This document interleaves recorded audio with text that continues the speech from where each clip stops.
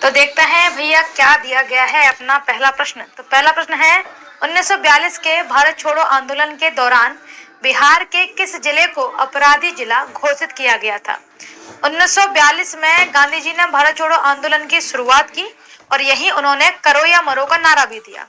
तो कौन सा जिला था जिसमें लगभग हर एक व्यक्ति ने पार्टिसिपेट किया इस आंदोलन के अंदर? सारण, गया, मुजफ्फरपुर और पटना। तो सारण एक ऐसा जिला हुआ जिसमें सभी लोगों ने अपनी भागीदारी दिखाई, इस वजह से इस जिले को कहा गया अपराधी जिला। चलिए अगला प्रश्न देखते हैं क्या है। बौद्ध दर्शन के अनुसार अष्टांगिक मार्ग का प्रमुख उद्देश्य क्या होता है? गौतम बुद्ध ने अष्टांगिक मार्ग दिए थे जिसे इंग्लिश में 8 फोल्डेड पाथ भी कहते हैं। तो वो क्यों दिए गया, उसके पीछे क्या कारण था और वे 8 मार्ग कौन से थे उनकी भी चर्चा करेंगे। तो स्वर्ग की प्राप्ति करने के लिए उन्होंने ये नियम कानून बनाए थे, दुखों से मुक्ति और निर्वाण प्राप्ति के लिए, वेदों की सर्वोच्चता स्वीकार करने के लिए, या कठोर तपस्या द्वारा शरीर का त्याग करने के लिए। तो बौद्ध धर्म में जो अष्टांगिक मार्ग है, इनका ये अष्टांगिक मार्ग का मतलब ये नहीं कोई रास्ता जिस पे चल के जाना है। अष्टांगिक मार्ग मतलब नियम कानून। तो 8 नियम कानून बताए थे जिनका अगर आप पालन करते हैं तो आप अपने दुखों से मुक्ति प्राप्त कर सकते हैं और निर्वाण यानी कि मोक्ष की ओर जा सकते हैं। ये 8 मार्ग कौन कौन से थे? तो सबसे पहले आता है सम्यक दृष्टि। सम्यक दृष्टि, सम्यक का मतलब होता है सही, यानी कि हमारा सही पॉइंट ऑफ व्यू होना चाहिए किसी चीज को देखने का। दूसरा हम क्या कहेंगे? सम्यक संकल्प। सम्यक संकल्प यानी जो भी हम डिसीजन लेना चाह रहे हैं उस पर हम कितना रुके हुए हैं और क्या हम जो डिसीजन ले रहे हैं वो सही है। इसके बाद में आपको मिलेगा सम्यक कर्मांत, यानी हम जो भी काम जो भी कर्म कर रहे हैं वो सही होना चाहिए। इसके बाद आपको मिलेगा सम्यक वाक, यानी सोच समझकर बोलना चाहिए। फिर आपको मिलेगा सम्यक अंजीवा। सम्यक अंजीवा का मतलब है लाइवलीहुड, यानी कि जीवन में टाइम से उठना, टाइम से सोना, टाइम से खाना, ये सारी बातें कि आप अपनी लाइफ स्टाइल कैसे रख रहे हैं। तो 1 2 3 4 5 6 7 और 8। 6वें नंबर पर उन्होंने कहा सम्यक व्यायाम। सम्यक व्यायाम, सम्यक स्मृति, सम्यक स्मृति, माइंडफुलनेस, और अंत में कहा सम्यक समाधि, यानी कि मेडिटेशन, खुद को समझना।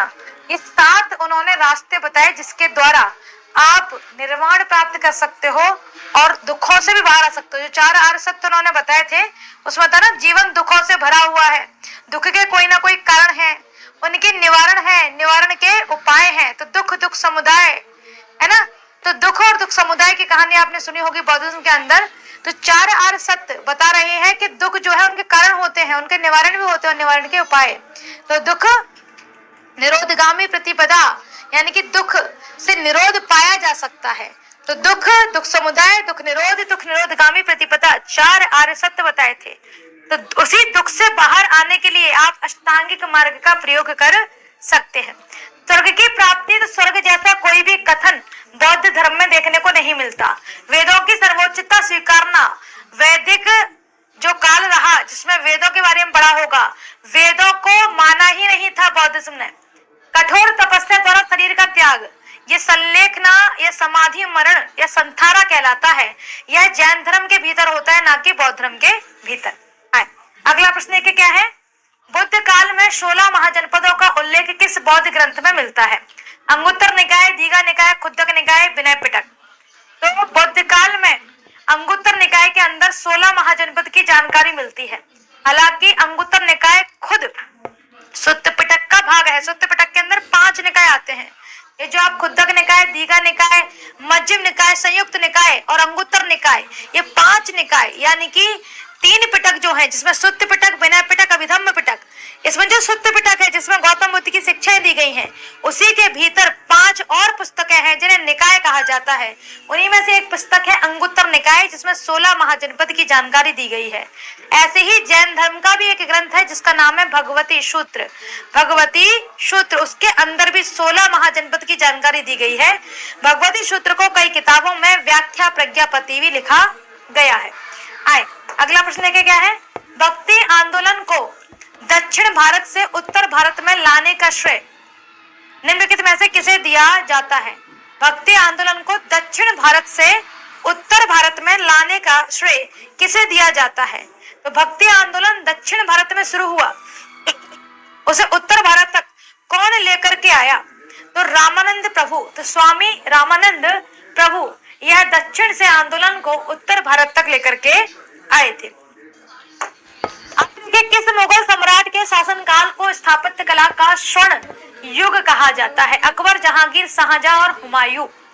तो देखिए जरा, अकबर का काल साहित्य का सुनहरा काल कहलाता है क्योंकि अकबर ने साहित्य का बड़ा अनुवाद करवाया था। इसके लिए इसने 1573-74 में अनुवाद खाना भी बनवाया, यानी कि ट्रांसलेशन का काम बहुत हुआ, साहित्य पर बड़ा काम हुआ, इसलिए अकबर का काल साहित्य का सुनहरा काल कहलाता है। जहांगीर चित्रकला टॉप पर, चरम उत्कर्ष चित्रकला का हुआ जहांगीर के समय में, इसीलिए जहांगीर का काल चित्रकला का स्वर्ण काल कहलाता है और जहांगीर खुद भी एक चित्रकार था। शाहजहां की बात करें तो सबसे ज्यादा स्थापत्य और इमारतें मुगल काल में शाहजहां के समय में ही बनी है, इसे स्थापत्यों का राजकुमार भी कहा गया और इसी के काल को कहा गया स्थापत्यों का स्वर्ण काल। चले हुमायूं की बात करें तो हुमायूं तो खैर भटकते ही रहे, बहुत ज्यादा कुछ काम नहीं कर पाए, लेकिन जो चित्रकारी है वो हुमायूं के टाइम से ही शुरू हुई। जब इसका निर्वासन काल चल रहा था तो उसने लेखन कला सीखी, फारसी जो बिल्डिंग्स होती हैं उनके अंदर क्या क्या नक्काशी होती है इसकी इसने जानकारी सीखी, चित्रकारियों के जानकारी सीखी। तो ऐसा नहीं कि कुछ उसके समय में नहीं हुआ, पर इसका कोई काल स्वर्ण काल नहीं कहलाया। आए अगला देखे क्या है, बक्सर के युद्ध में अंग्रेजी सेना का नेतृत्व किसने किया था और इस युद्ध के परिणाम स्वरूप कौन सी संधि हुई थी। रॉबर्ट क्लाइव अलीनगर की संधि, हेक्टर मुन्नो इलाहाबाद की संधि, लॉर्ड डलहौजी लाहौर की संधि और वॉरेन हेस्टिंग बनारस की संधि। बक्सर का युद्ध 22 अक्टूबर को हुआ, 22 अक्टूबर 1764 को, 1764। हालांकि इससे पहले 1763 में गिरिया का द्वितीय युद्ध हो गया था जिसमें कासिम हारा था। गिरिया का द्वितीय युद्ध। तो मीर जाफर के दामाद थे मीर कासिम, जो मीर जाफर के बाद बंगाल के नवाब बने, लेकिन मीर कासिम ने अपनी राजधानी परिवर्तन कर ली, मुर्शिदाबाद से मुंगेर ले गए, साथ ही साथ मुंगेर में तोपखाने वगैरह बनाने का काम करने लग गए और उन्होंने दस्तक फरमान जारी किया जिसके चलते 2 वर्षों तक व्यापार कर समाप्त कर दिया गया। अब व्यापार कर से प्रॉफिट हुआ करता था अंग्रेजों को और नवाब को नुकसान हुआ करता था। हालांकि वो नवाब के फायदे के लिए ही व्यापार कर लगाया गया था, लेकिन नवाब की जगह उसका फायदा अंग्रेज उठा रहे थे, इसलिए उसने कहा अच्छा हम बात ही खत्म कर देते हैं व्यापार कर की, जब हमारा कोई प्रॉफिट नहीं तो अंग्रेजों का भी कोई प्रॉफिट नहीं। तो व्यापार कर को उसने क्या कर दिया, समाप्त कर दिया। इस वाली बात से अंग्रेज बड़े नाराज हुए। तो पहले तो अंग्रेज ने इसके साथ में युद्ध कर लिया गिरिया का, जिसमें मीर कासिम हारे। मीर कासिम पहुंचे अवध के नवाब के पास जिसका नाम था सुजाउद्दौला। सुजाउद्दौला से कहा देखो अभी तो बिहार पर अटैक है, कल को अवध पर भी होगा, तो तुम अभी से तैयारी कर लो लड़ने की हमारे साथ। फिर ये मुगल शासक शाह आलम द्वितीय के पास पहुंचे, उनसे भी जाकर के इन्होंने अपनी बात कही। अब एक तरफ शाह आलम द्वितीय, सुजाउद्दौला, मीर कासिम और एक तरफ अंग्रेजों की सेना थी। अंग्रेजों की सेना का नेतृत्व कर रहे थे मुनरो हेक्टर। अब जो मुनरो हेक्टर हैं उन्होंने इन तीनों को हरा दिया 22 अक्टूबर 1764 को, जिसके बाद में इलाहाबाद की 2 संधि हुई, इलाहाबाद की पहली संधि और द्वितीय संधि। तो 12 अगस्त 1765 को इलाहाबाद की पहली संधि हुई शाह आलम द्वितीय के साथ, जिन्हें 26 लाख रुपए पेंशन दी गई सालाना और बंगाल में दीवानी और निजामत का जो विभाग था वो अंडर में कर लिया अंग्रेजों ने अपने। इसके बाद में 16 अगस्त 1765 को ये संधि हुई सुजाउद्दौला के साथ और सुजाउद्दौला से 50 लाख रुपए जुर्माने के तौर पर लिए गए और अवध उन्हें दे दिया गया। इधर तो चलो ठीक है शाह आलम द्वितीय थे, इधर अवध के नवाब थे। अंग्रेजों की ओर से कौन था, अंग्रेजों की ओर से रॉबर्ट क्लाइव थे। तो इस संधि पे बेसिकली हस्ताक्षर रॉबर्ट क्लाइव के हुए, लेकिन जो युद्ध हुआ था वो 22 अक्टूबर को जो युद्ध हुआ इसमें हेक्टर मुनरो ही थे। हेक्टर मुनरो इन्होंने नेतृत्व किया था। ठीक है, चले तो देखो ये लिखा है नेतृत्व किसने किया, हम कहेंगे हेक्टर मुनरो, और परिणाम स्वरूप कौन सी संधि हुई, इलाहाबाद की संधि। तो ये वाला हमारा क्या हो जाएगा, करेक्ट हो जाएगा। ठीक है जी, चलो अगला देखें। 1800 मथुरा क्षेत्र से विद्रोहियों का नेतृत्व किसने किया? तो खान बहादुर खान, मौलवी लियाकत अली, कदम सिंह या देवी सिंह? तो उत्तर प्रदेश मथुरा से देवी सिंह बिलोंग कर रहे थे, इन्होंने नेतृत्व करा। कदम सिंह जो है यह सारण और छपरा वहां से थे। मौलवी लियाकत अली इलाहाबाद प्लस बनारस वहां से नेतृत्व कर रहे थे। खान बहादुर खान बरेली से कर रहे थे, बरेली। तो करेक्ट आंसर क्या हो जाएगा? देवी सिंह। देवी सिंह कहां से थे? ये मथुरा से थे, मथुरा। Correct answer Devi Singh. आओ अगला प्रश्न देखें। बांडीवास का युद्ध किस वर्ष लड़ा गया और इसका मुख्य परिणाम क्या था? बांडीवास आंग्ल फ्रांसीसी से जो युद्ध चल रहे थे उसी का अंतिम युद्ध मान लो बांडीवास। 1748 प्रथम कर्नाटक युद्ध की समाप्ति। 1754 फ्रांसीसी गवर्नर डुप्ले की वापसी।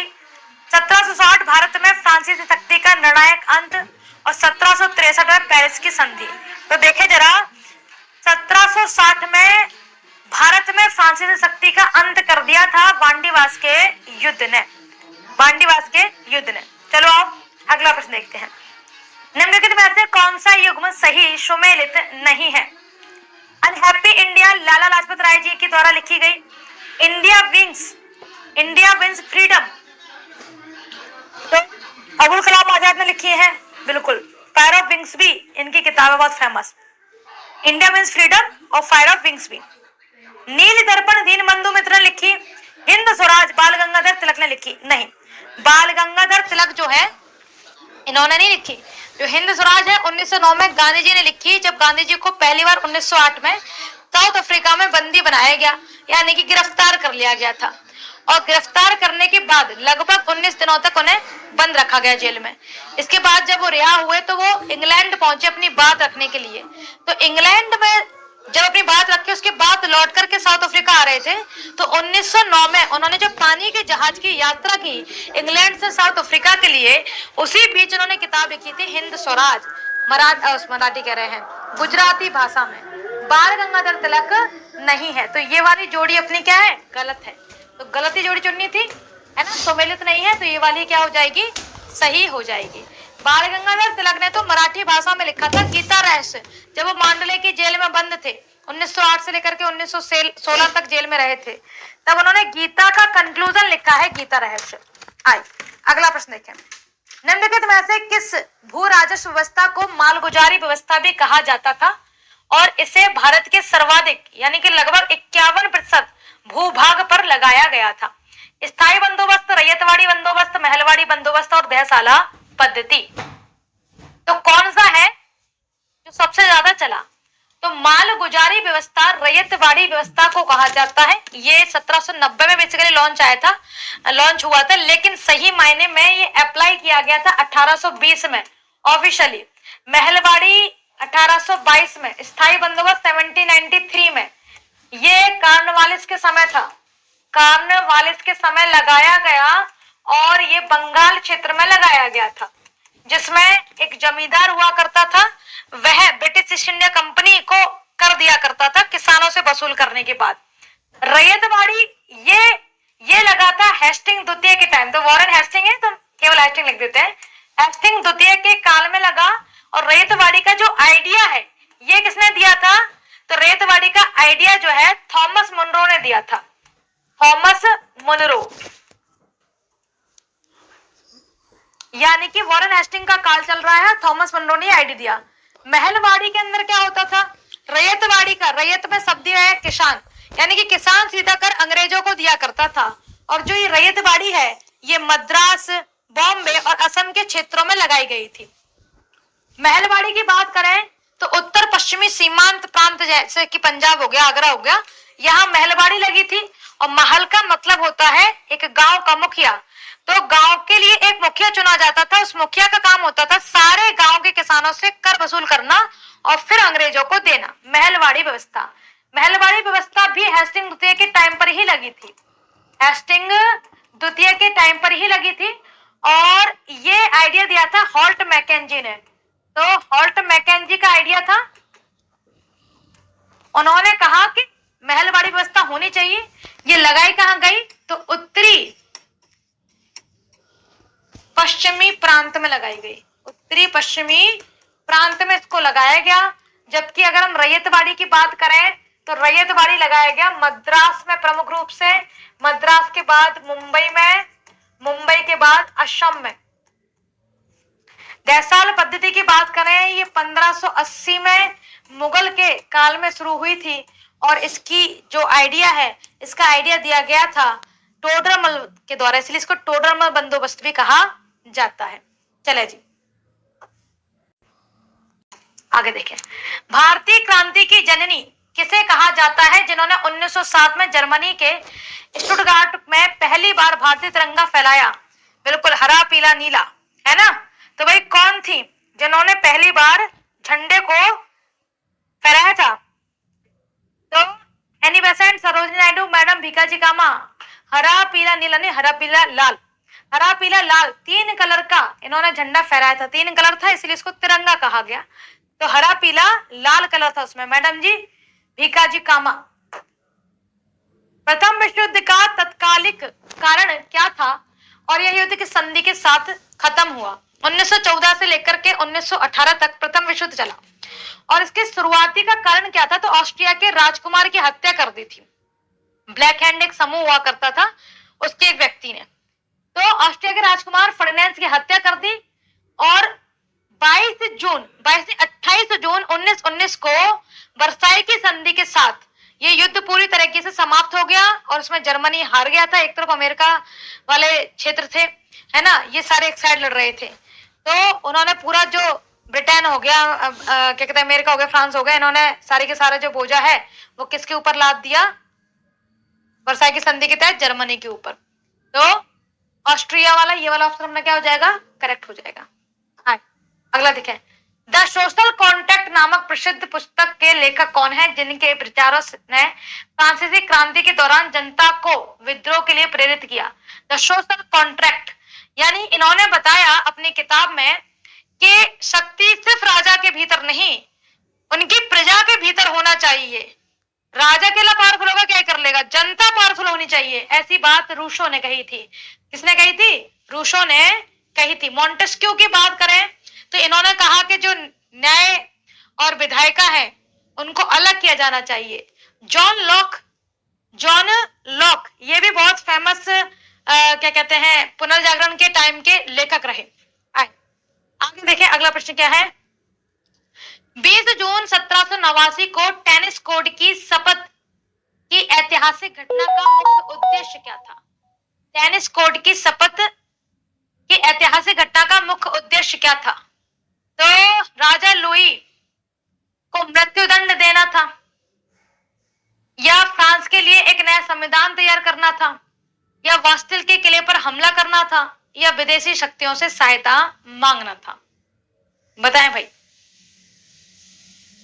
क्या है इसका सही आंसर?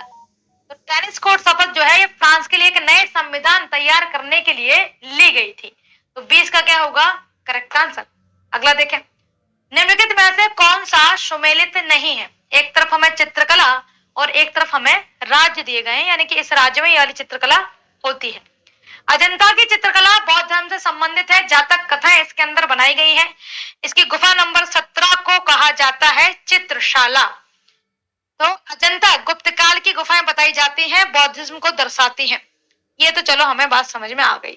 29 इसमें गुफाएं हैं, एलोरा में 34 गुफाएं हैं जो जैन, बौद्ध और हिंदुइज्म को दर्शाती हैं, जबकि अजंता सिर्फ बौद्ध धर्म को दर्शाती है। तो ये वाली बात तो करेक्ट है। हमें सुमेलित नहीं, यानी कि जिसकी जोड़ी नहीं बननी वो चुनना है। मधुबनी चित्रकला ये बिहार से संबंधित है और मधुबनी में खास बात ये होती है कि इसमें कोई भी पीछे की जगह खाली नहीं होती। अगर जगह खाली भी छूट रही होगी तो वहां एक पत्ती बना दी जाएगी, उसे मधुबनी आर्ट कहते हैं। पट्ट चित्रकला उड़ीसा, कपड़े पर की जाने वाली पेंटिंग। बिल्कुल, पट्ट का मतलब होता है कपड़ा, चित्र मतलब कोई फोटो बना रहे हैं, तो ये उड़ीसा में होती है। तंजौर चित्रकला राजस्थान, कांच पर की जाने वाली पेंटिंग है। नहीं, तंजौर चित्रकला जो है ये छोटे छोटे भगवान की जो मूर्ति नक्काशी करते हैं ना, वो एक कला है। और तंजौर तंजावुर से जुड़ा हुआ है, तमिलनाडु में पड़ता है तंजौर। तो राजस्थान की चित्रकला नहीं है, तो ये वाला सुमेलित नहीं है। तो हम क्या कहेंगे, ये सुमेलित नहीं है, करेक्ट आंसर। अगला देखिए क्या है। कथन ए, भारत का संविधान देश की आवश्यकताओं की पूर्ति करता है। सही वाली बात है। पूर्ति करता है कि नहीं करता है? बिल्कुल करता है। इसे एक गृहीत बॉरोड संविधान कहा जाता है, यानी कि उधार का संविधान कहा जाता है।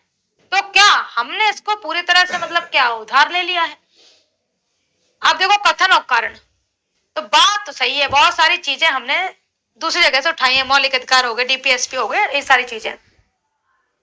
तो ए और आर दोनों सत्य हैं, लेकिन आर ए का स्पष्टीकरण नहीं है। आवश्यकताओं को पूरी करता है, इसमें उधारी वाला कोई सेंस नहीं बनता। तो बी करेक्ट होगा कि बात तो दोनों सही है, लेकिन इसमें जो कारण है ना वो कथन के लिए नहीं बना, यानी कि कथन का स्पष्टीकरण नहीं है, वो बी करेक्ट होगा। अगला देखें, नीचे दिए गए राज्यों को भारत संघ के संपूर्ण राज्य का दर्जा प्राप्त होने का सही कालानुक्रम कौन सा है? नीचे दिए गए राज्यों को भारत संघ के संपूर्ण राज्य का दर्जा प्राप्त होने का सही काल, अच्छा, जो ईयर वाइज जो है वो हमको बताना है कि सबसे पहले किसको दिया गया, उसके बाद किसको दिया गया, उसके बाद किसको दिया गया। तो भाई नागालैंड, हरियाणा, सिक्किम, अरुणाचल प्रदेश करेक्ट होगा। नागालैंड, हरियाणा, सिक्किम, अरुणाचल प्रदेश हमें दिया गया है बी में। और नागालैंड ये आया था 1963 में, हरियाणा आया 1966 में, सिक्किम आया था 1975 में। अरुणाचल प्रदेश जो है इसकी बड़ी अच्छी सी कहानी है। तो अरुणाचल प्रदेश जो है पहले यूटी बनाया गया, यूटी बनाने के बाद में इसको स्टेट बनाया गया। तो चलो हम स्टेट बता देते हैं, आप हमें कमेंट करके बताना कि जो ये अरुणाचल प्रदेश है इसे यूटी कब बनाया गया था। तो 1966 सॉरी नागालैंड 1963, 1966, 1975 और जो अरुणाचल प्रदेश है, आंध्र प्रदेश बंद कर देना, ये पहले यूटी बनाया गया था, उसके बाद में इसको स्टेट बनाया गया 1987 में। कोई बताएगा तो कमेंट कीजिएगा यूटी कब बनाया गया था। चलो हिंट दे दें, 1971 में जब भारत का युद्ध हुआ पाकिस्तान के साथ में, उसी के आसपास का ईयर है, तो बताना मुझे कमेंट करके।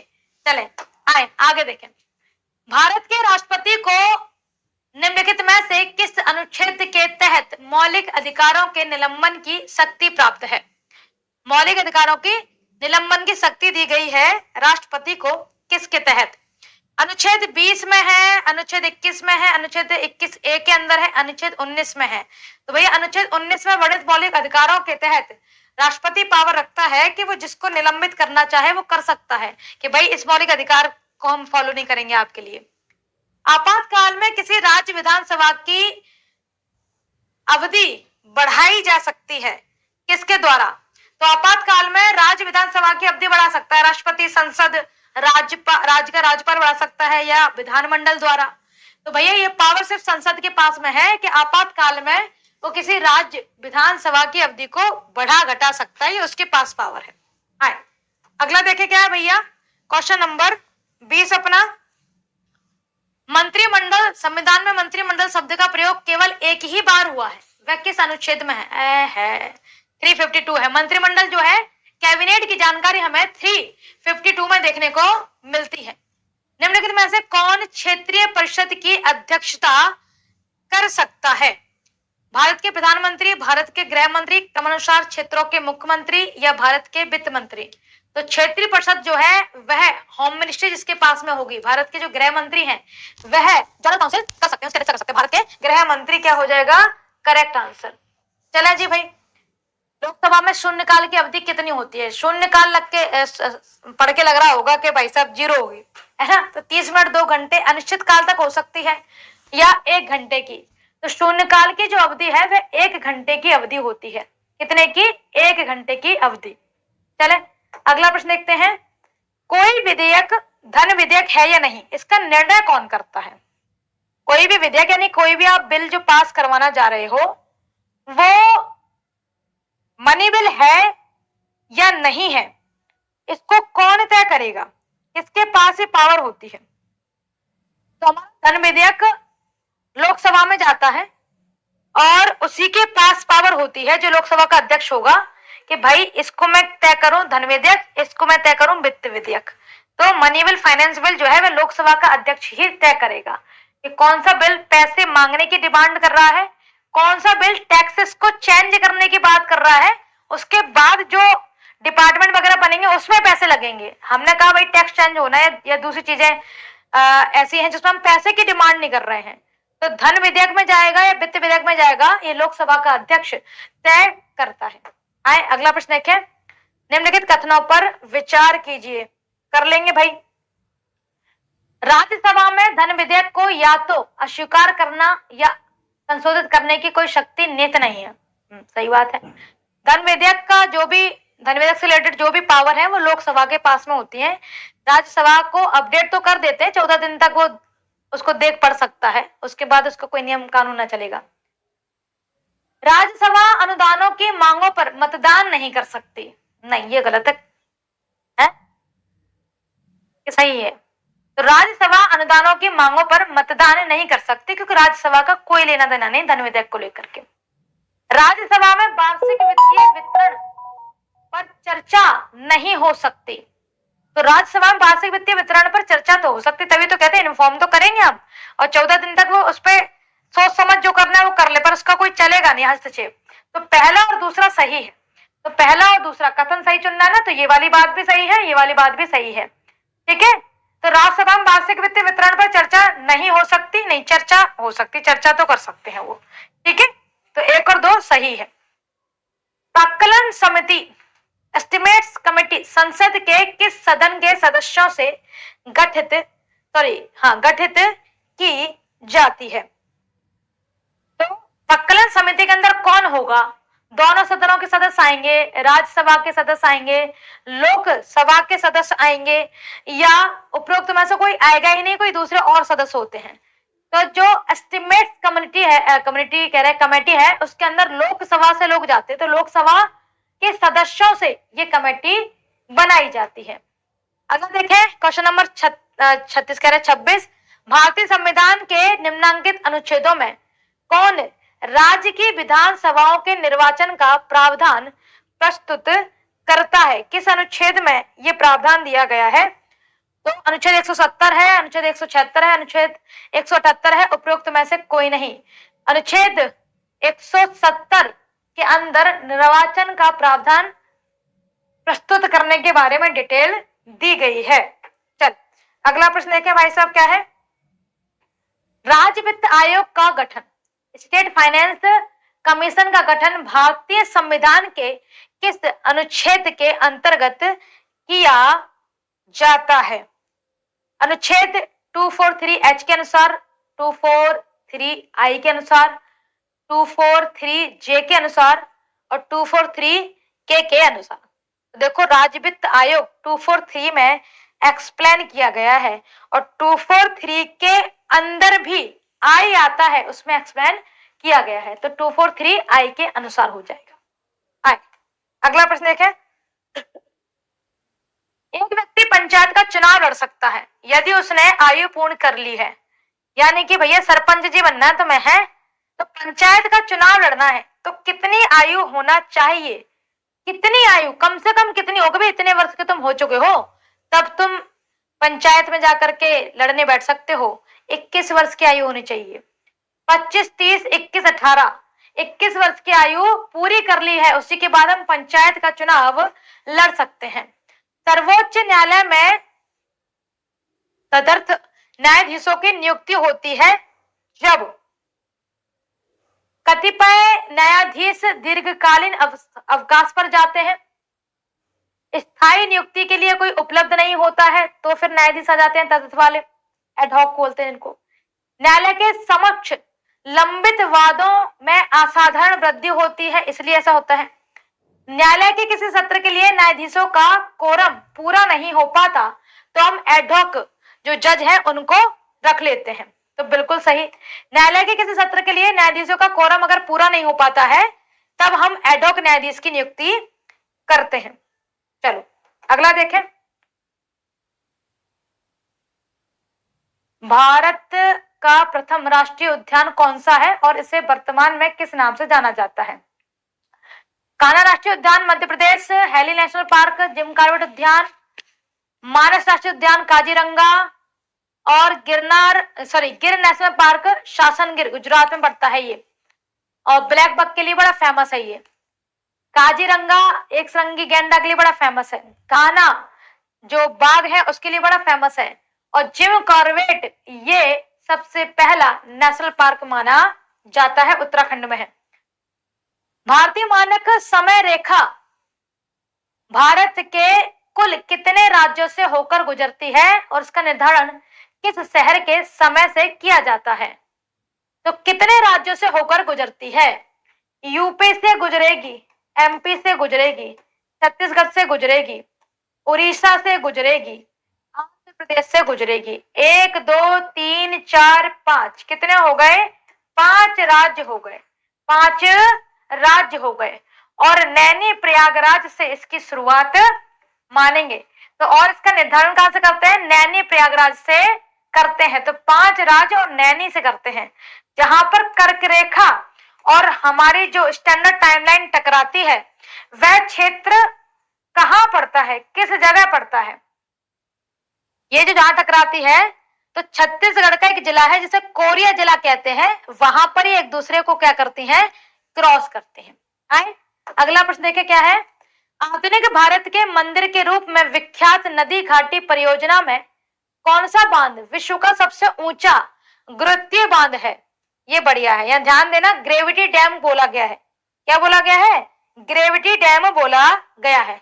अगर सबसे ऊंचे बांध की बात करेंगे तो टिहरी है, लेकिन ग्रेविटी की बात करेंगे तो भाखड़ा बांध क्या हो जाएगा? करेक्ट। भाखड़ा नागल डैम सुना होगा, सतलज नदी पर है। 2 ग्रुप है, भाखड़ा हिमाचल प्रदेश और नागल क्या कहते हैं पंजाब वाले क्षेत्र में पड़ता है। भाखड़ा नागल डैम ग्रेविटी, ये टाइप ऑफ डैम होते हैं, ऐसे डैम बनाए गए जो ग्रेविटी के बेस पर खड़े होते हैं। डैम का कर्व होता है, उसके हिसाब से डैम का नाम होता है। तो यानी डिफरेंट टाइप ऑफ डैम होते हैं जिसमें ग्रेविटी वाला है। टिहरी डैम जो है सबसे ऊंचा डैम है और ये भागीरथी और गंगा के संगम पर पड़ता है। इसके पीछे एक जलाशय बनता है जिसको गोविंद झील बोला जाता है। ये सबसे ऊंचा है, लेकिन ग्रेविटी डैम नहीं है। ग्रेविटी के मामले में सबसे ऊंचा भाखड़ा डैम। चलो अगला देखें, सलाला, बगलिहार और दुलहस्ती जल विद्युत परियोजनाएं निम्नलिखित में से किस नदी पर है? सलाला, बगलिहार और दुलहस्ती, झेलम, चिनाब, रावी, सिंधु। तो भाई सलाला बगलिहार जो है यह चिनाब नदी के ऊपर स्थित है परियोजनाएं जिनसे इलेक्ट्रिसिटी बनाई जाती है। चिनाब सिंधु नदी की एक प्रमुख सहायक नदी है, क्योंकि बाकी झेलम, रावी, सतलज जो है वो चिनाब में ही जाके मिलती है, पंचनदा में, और फिर फाइनली जाकर के वो सिंधु नदी से मिल जाती है। तो मिथानकोट पे से मंथनकोट भी कहते हैं। चिनाब हिमाचल प्रदेश में 2 नाले से बहते हैं, ये मान लो छोटी छोटी धाराएं हैं, चंद्रभागा उससे मिलकर के बनती हैं, और ये दोनों धाराएं तांडी नाम की जगह पर आकर मिलती हैं, वहां से इसका नाम चिनाब पड़ता है, और चिनाब के ऊपर ही ये परियोजनाएं बनी हुई है। तो करेक्ट आंसर क्या हो जाएगा? यहाँ पर चिनाब नदी करेक्ट आंसर हो जाएगा। उम्मीद करते हैं सेशन पसंद आया होगा। हमने आपसे पूछा है अरुणाचल प्रदेश को यूटी कब बनाया गया था, यानी कि केंद्र शासित प्रदेश कब बनाया गया था? कमेंट करके बताइएगा। नमस्कार, जय हिंद। कैसे हैं आप लोग? उम्मीद करता हूँ सारे बच्चे बहुत अच्छे होंगे, बहुत प्यारे होंगे और आपकी तैयारी बहुत अच्छे से चल रही होगी। मैं सुशांत शर्मा आपका हार्दिक स्वागत अभिनंदन करता हूँ। तो प्यार जी, आज की क्लास की शुरुआत करते हैं टेस्ट नंबर 21 और 21 टेस्ट का पहला क्वेश्चन क्या हमारे स्क्रीन पर? भारत में जो पश्चिमी तट पर नदी मुखों का विकास अधिक होने का सर्वाधिक उपयुक्त कारण क्या है आपका? तो आप देखते हैं प्यार जी, जब हम भारत को देखते हैं, भारत में हम जब देखते हैं प्यार जी, ये हमारा भारत है, ये हमारा क्या है आपका भारत है। भारत हमें जान से प्यारा है। तो प्यार जी, ये कौन से तट है आपका? पूर्वी। ये कौन से तट है आपका? पश्चिमी तट है आपका। तो जो इस्चुरीज होती है आपका, उनका निर्माण, मतलब यहाँ पर ना इस्चुरीज का निर्माण ज्यादा होता है, डेल्टा का निर्माण नहीं होता है। तो उसका सबसे अधिक प्रभावी कारण कौन सा है आपका? तीव्र ज्वारीय प्रभाव होता है, कठोर सैलों की प्रधानता होती है, डेल्टा निर्माण की प्रवृत्ति, तीव्र ढाल और संकीर्ण तटीय क्षेत्र होते हैं, तटीय मैदान होते हैं आपका। तो आंसर हो जाएगा डी आंसर। पहले का आंसर डी है। क्या यही आंसर आपका है? सारे के सारे बच्चे बताएं, क्या यही आंसर आपका है? हाँ ना में जवाब दें। क्या यही आंसर आपका आ रहा है? Yes no? बहुत बढ़िया, बहुत बढ़िया, बहुत अच्छा। अगर यही आंसर आपका है तो बहुत अच्छी बात है। ये आंसर नहीं है आपका तो आंसर आना चाहिए आपका, यस, आंसर आना चाहिए D answer. D will be the answer. अगला क्वेश्चन हमारे पास है, अगला क्वेश्चन हमारे पास है बच्चे, अगला क्वेश्चन हमारे पास है,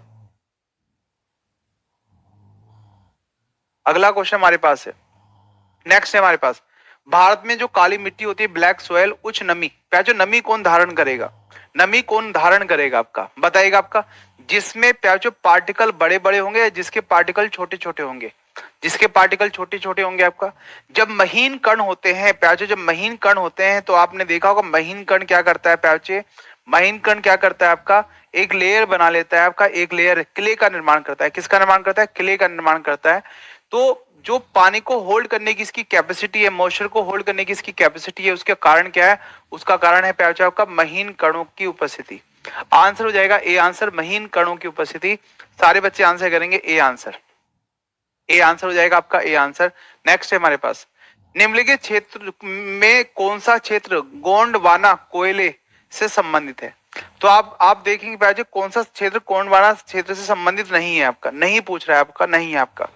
तो भारत में जो कोयले का निर्माण हुआ प्याजे दो काल खंडों में हुआ है आपका। तो एक तो हम बोलते हैं टर्सरी काल और एक बोलते हैं गोंडवाना काल। तो इसमें जो नवेली है आपका, नवेली, ये प्याजो टर्सरी पीरियड में हुआ है, टर्सरी पीरियड में। ये किसे पीरियड में हुआ है, टर्सरी पीरियड में हुआ है आपका ये। बाकी सारे के सारे किस पीरियड के हैं आपका, गोंडवाना पीरियड के हैं। तो यहां पर आंसर हो जाएगा सी आंसर, 36 का सी आंसर। क्या आपका यही आंसर आया है, खाना में जवाब दें, C will be the answer.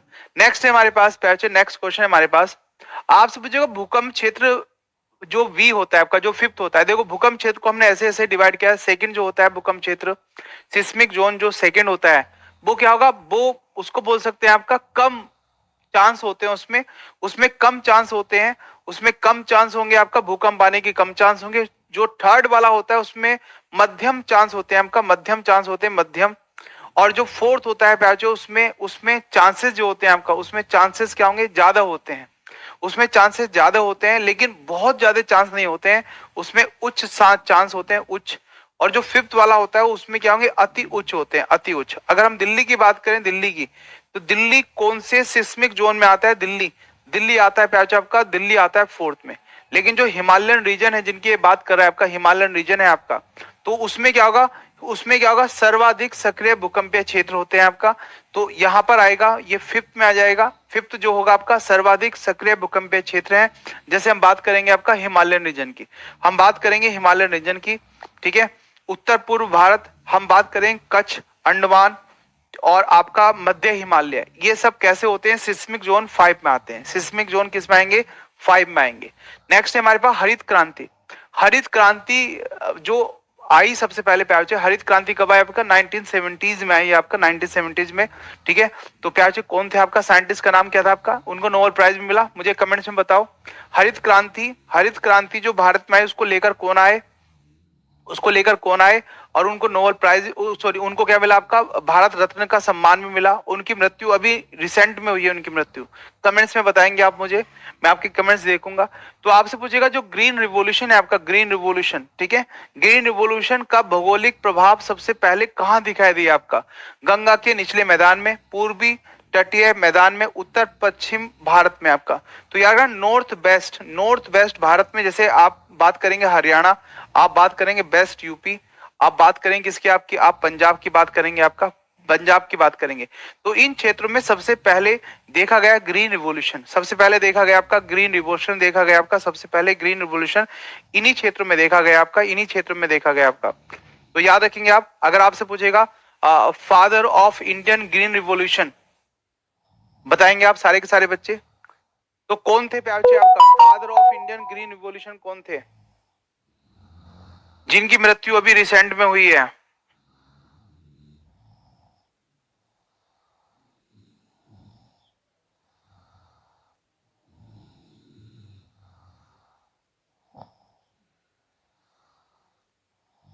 क्या था नाम बताओ जल्दी से आप, doctor M S Swaminathan. Swaminathan साहब को हमारे भारत रत्न का पुरस्कार भी मिला है आपका, उनकी रिसेंट में मृत्यु भी हुई है आपका। तो एम एस स्वामीनाथन, स्वामीनाथन साहब का नाम याद रखना आप। नेक्स्ट है हमारे पास, आपसे निम्नलिखित में से कौन सा युग्म सही कारण प्रभाव दर्शाता है, संबंध दर्शाता है आपका, बताओ जल्दी से, कौन सबसे सही कारण प्रभाव कॉज इफेक्ट संबंध दर्शाता है आपका। अरावली अधिक वर्षा वाला क्षेत्र है, अरावली नहीं, अरावली तो भाई साहब कम वर्षा वाला क्षेत्र है आपका। पश्चिम घाट क्या है, वर्षा छाया क्षेत्र है, रेन सेड